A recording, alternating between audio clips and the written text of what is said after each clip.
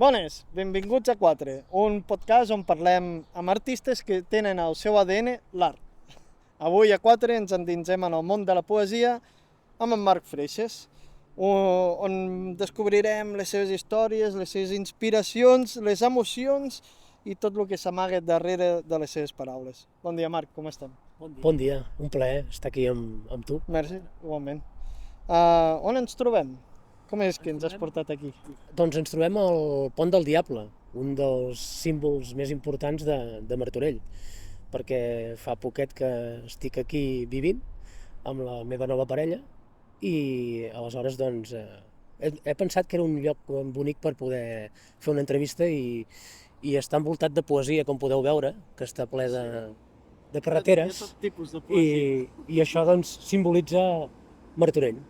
Molt xulo. Té un conte i tot, per cert, però ara... Jo a l'escola l'havia estudiat i tot, n'havia fet. I anàvem a una escola que de seguida fèiem qualsevol cosa menys estudiar a Espanya i coses d'aquestes. Està bé, està bé. Què et va inspirar a convertir-te en poeta? Perquè fa No, molts no, no, anys que ho què em és. va inspirar? Això de què em va inspirar jo diria que forma part de la pròpia essència, d'allò que ets com a persona, com a ésser viu, com a ésser fins i tot espiritual que va més enllà, que no només està tocant l'espai físic, sinó que vol projectar alguna cosa que se'ns escapa, no?, d'alguna manera. I això ho he anat reflectint en els poemes a mesura que he anat passant els llibres que he anat tenint la sort de publicar. I per tu què seria la poesia? Home, la poesia seria allò que és la cosa que fa bategar els cors de la gent, els fa veure de diferents maneres les possibilitats de l'entorn, les possibilitats de la pròpia vida física i les que desconeixem, allò que deia abans, no? I és una manera de poder entrar en un món a través de les paraules, del pensament, que et fa arribar al que és la paraula escrita, el vers, la poesia, no?, en general. Per mi això seria una definició de poesia. No sé si n'hi ha una de concreta, però la que m'ha vingut ara al cap ha sigut aquesta i la dono per bona. Tu potser diries que juga un paper clau en la teva vida, la poesia? Del tot, perquè jo vinc d'una època d'un any i mig on m'ha canviat la vida de dalt a baix i si sóc aquí a Martorell és per amor, no és per una altra cosa, és per amor, realment, per la nova parella que tinc. Quina funció creus que té la poesia en el dia a dia de la gent? O creus que hauria d'aparèixer més? Quina funció té la poesia Sí, en el dia a dia de les gent? persones. Home, la funció que té és fer gaudir, no? Fer gaudir, fer pensar, això que deia abans, fer pensar també, però fer gaudir el fet de llegir una obra artística, digue-li poesia, digue-li pintura, estem parlant de poesia, però l'art en general diria que és fer gaudir, no? Fer gaudir, fer pensar, transformar, canviar la història, el transcurs, a través d'una obra, en aquest cas poètica, no? I que això al cap de molts anys tingui algun significat per a algú que t'ha volgut llegir algun poema i en això t'has de sentir més que satisfet, no? D'haver tingut algun servei de cara a algú que llegint-te ha trobat una solució a un problema que tenia, o ha trobat un amor després de llegir un poema, o ha trobat un motiu que el fa continuar endavant després d'haver llegit uns versos. És que trobo extraordinari, la veritat. I quin va ser el poema o el poeta que a tu et va canviar? A mi el poeta que em va canviar realment va ser Miquel Martí i Pol. Poesia molt quotidiana, molt del carrer, no? Molt de trepitjar el dia a dia, de parlar. Era bonic de veure, no? D'escoltar, de sentir, de palpar amb els seus versos, tot això. I després l'altre és Joan Vinyoli. Joan Vinyoli, amb ell he tingut tot això de les altres dimensions, del més enllà, de l'univers, de la màgia, de pensar que hi ha algun motiu més pel qual els éssers estem vius i que som eterns d'alguna manera, això no sé per què, però Vinyoli m'hi ha fet entrar en aquest món, Que bo. a través dels seus poemes, per la manera de dir-los, de fer-los Clar. i de ser, sí. sí, sí, sí. Ai, hosti, Déu-n'hi-do, molt interessant. Com saps tu que has escrit un poema reeixit que dius, ostres, que xulo, aquest està bé, punt, final. No ho sé.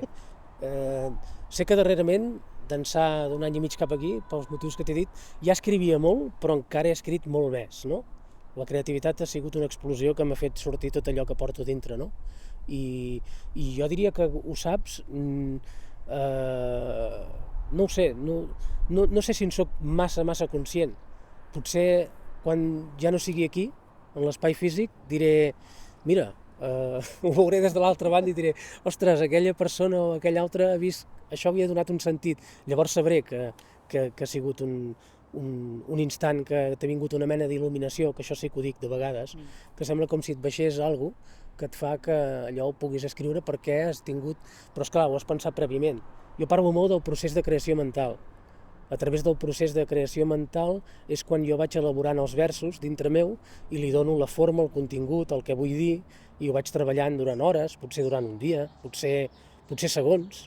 I ho treballes sempre amb la ment? No, o ho treballes escrivint? Sí, és curiós. Llavors em poso a escriure quan realment sé que vull escriure-ho. O és un impacte i ja queda tal qual, ho vull reflectir, o realment és allò que li vas donant voltes a una idea i hi ha un dia que dius, bueno, ara ja ho tinc clar, ho vaig a deixar plasmat en el paper o en el mateix lloc on estiguis, a l'ordinador o al mòbil, que ara va molt bé que tenim el mòbil i podem escriure a tot arreu. Sí, notes de veu, pots fer de tot. Notes de veu, exacte, i perquè no se't passi de llarg aquell pensament o aquella idea que tenies, no? Fins ara ens has explicat moltes coses que t'aporta l'escriptura.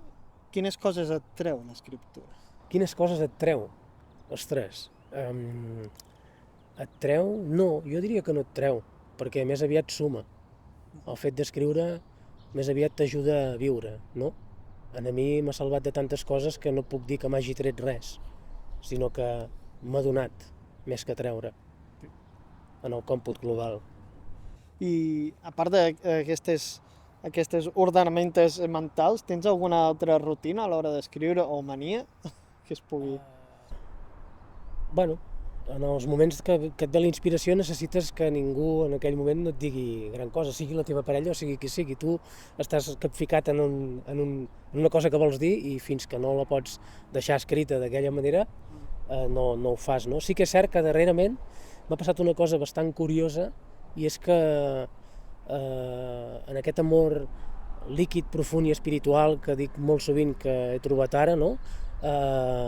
Que és la meva parella, no? Doncs he trobat que de vegades hem pogut fer fins i tot poemes conjunts, allò que jo els he començat a escriure amb ell al costat, abraçant-me, o fins i tot un poema amb resposta per part seu, per part d'ella, coses que realment s'escapen a la pròpia cosa aquesta que tan terrenal, no? Sinó que van més enllà.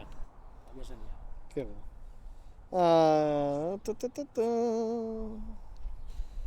Penses que és important per l'artista treballar-se la part emocional i el tema de la salut mental? Sí, penso que és important que tinguem una bona salut emocional i que l'artista, en aquest sentit, crec que, no sé si per A o per B, o perquè té un do determinat o un talent determinat, que hi ha molta gent que no és artista, però perquè no ho sap, perquè tothom té un do, un talent, no? Doncs sí que en aquest sentit els artistes penso que tenim molta sort de poder deixar constància d'això que estàs dient, i sí, és important. Sí, és com si deixéssim un record per l'eternitat. Per la posteritat, sí. A veure qui ho escoltarà, no? Qui ho dirà, qui ho escoltarà, qui ho llegirà, qui... Sí. És bonic també de pensar I la salut emocional és molt important. Vivim en una societat, sobretot a Occident, en què tot és al moment, ràpid, que no tenim temps, com aquell que diu, de decidir res, que tot s'ha de fer ja, i jo no sóc gaire d'això, no? I quan ja tinc un problema davant dels morros, de vegades em costa, i penso, sort que puc escriure i deixo anar totes les meves emocions i tenir aquesta salut emocional que estem dient d'aquesta manera, no? I almenys ho fas palès, així també, tot això. Quants llibres tens editats ja, fins al dia d'avui? Doncs mira, tinc editats 5 llibres, El llarg camí d'escriure, amb 16 vents editorial, una editorial que per desgràcia o mala sort o digue-li com vulguis ja no existeix avui dia. El segon llibre era Amor i silenci, amb la Comarcal Edicions, d'Argentona, una comarcal d'Argentona, que va dignar-se a voler treure un llibre després de fer també una mena de micromecenatge, com el primer, que també va ser en Verkami, la plataforma digital, que per sort va sortir. Aquest segon llibre va tenir la sort de tenir un disc de cançó i poesia també amb el cantautor Albert Gámez, que també n'estic bastant orgullós d'aquest fet, que es deia Música d'amor i silenci, amb Microscopi, la discogràfica Microscopi. Després el tercer llibre, Reflexions a plena llum de carrer, que em sembla que era l'any 2013, si no recordo malament, ja perdo el compte. A partir d'aquest llibre la confiança total la vaig depositar en l'editor, el David Vidal, del Petit Editor, que és el meu editor de confiança, podríem dir, i que des d'ell fins ara he editat amb ell tot el que he anat escrivint. Reflexions a plena llum de carrer, el 2013, Damunt les passes, 2016-17, ara no estic, tindria que mirar, i després Si em prenguessin els àtoms, que és aquest darrer, no? d'aquest llibre, d'aquest poema que has volgut musicar en el... Estic molt agraït, per cert. No, merci, és un plaer. Algun dia havia de passar. Doncs mira, ha sigut l'impacte Són els àtoms que es mouen, i creen energia. I ens prenen i ens fan anar cap allà on... Sí, realment. Sí. I això ho preguntava perquè si algú et segueix a xarxes veurà que realment ets molt prolífic a l'hora d'escriure poemes. Sí. No cada dia, però a la setmana 2 o 3 en cauen. Sí, i si puc cada dia, perquè és com una necessitat vital també. A part de que m'ho passo bé escrivint, és allò que et deia, et surt de dintre, és com la teva pròpia essència, que necessites dir en versos allò que penses i escrius i vols dir, no?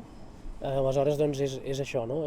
Sí, a vegades no estic 1 o 2 dies que no escric, però el tercer ja no aguanto més, perquè no em trobo ni bé, no? Necessito fer-ho, és com una cosa que em fa falta. És com respirar, ja pot ser per tu. És com respirar, sí.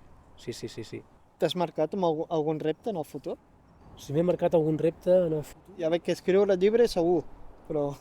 Sí, bueno, sempre tens idees i coses que et passen pel cap, i projectes que has fet que t'han quedat molt bé, i de cara al futur, bueno, a mi m'agradaria escriure també alguna cosa relacionada tipus narrativa, no? També escric cada vegada més, crec, tot i ser poesia, la prosa en els llibres. Aquest darrer llibre tindrà una part bastant important de poemes en prosa, també, no? Té unes parts bastant marcades de poemes en prosa. Si em prenguessin els àtoms ja en tenia uns quants, Damunt les passes algun, però sí que és veritat que cada vegada m'agrada més escriure en aquest context, en el tema de la prosa poètica, no? Tot i que el vers realment m'agrada escriure, que té la forma aquesta que li faig passar els versos que han de ser així i no pot ser així, ha de ser aquesta mida, doncs llavors ha de ser, com si fos un cos en forma, doncs intento que tingui aquesta forma, no? Però sí que escric cada vegada més en prosa poètica, és veritat. Ho vaig fer molt quan vaig estar col·laborant en l'Enllaç dels Anoiencs, un setmanari de la comarca de l'Anoia, Reflexions 2.0. Llavors allà em va donar peu a que la inspiració em vingués per aquest costat, no? I llavors escriure coses en forma d'opinió, també, no? Però era prosa, no deixava de ser prosa poètica. Sí. Bueno, ja està bé que la poesia també es vagi transformant. Sí, perquè crec que és com un ésser que està viu i que no podem fer que només estigui d'una determinada manera, no? Podem respectar molt la mètrica, la rima, el no sé què, però la poesia avui dia també ha de servir per poder deixar fluir la imaginació i que sigui una llibertat per expressar allò que vols dir amb respecte i que tingui un mínim de qualitat, això també, clar. Però que es pugui dir el que es pensi a través de... Tot el que es fa, en definitiva, és poesia. Jo és que ho veig així, tot el que vivim és poesia, en estat pur.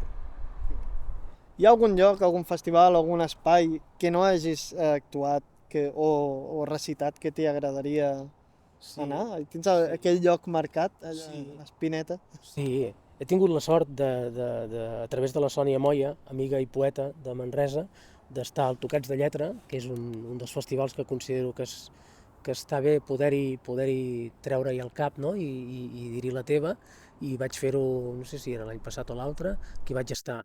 I després molts recitals que un fa doncs, també havia de donar la importància que té pel propi fet de preparar-te'ls tu, no? De fer-los. Però sí que m'agrada quan he pogut fer el Festival de Poesia als Balcons de Riba-roja, per exemple, que va ser molt bonic, vaig coincidir amb l'Eduard Sanahuja, un dels poetes que admiro moltíssim, Francesc Parcerisses, que també m'agrada molt. No sé, hi ha coses que m'agradaria molt, per exemple, Poesia als Parcs, Festival de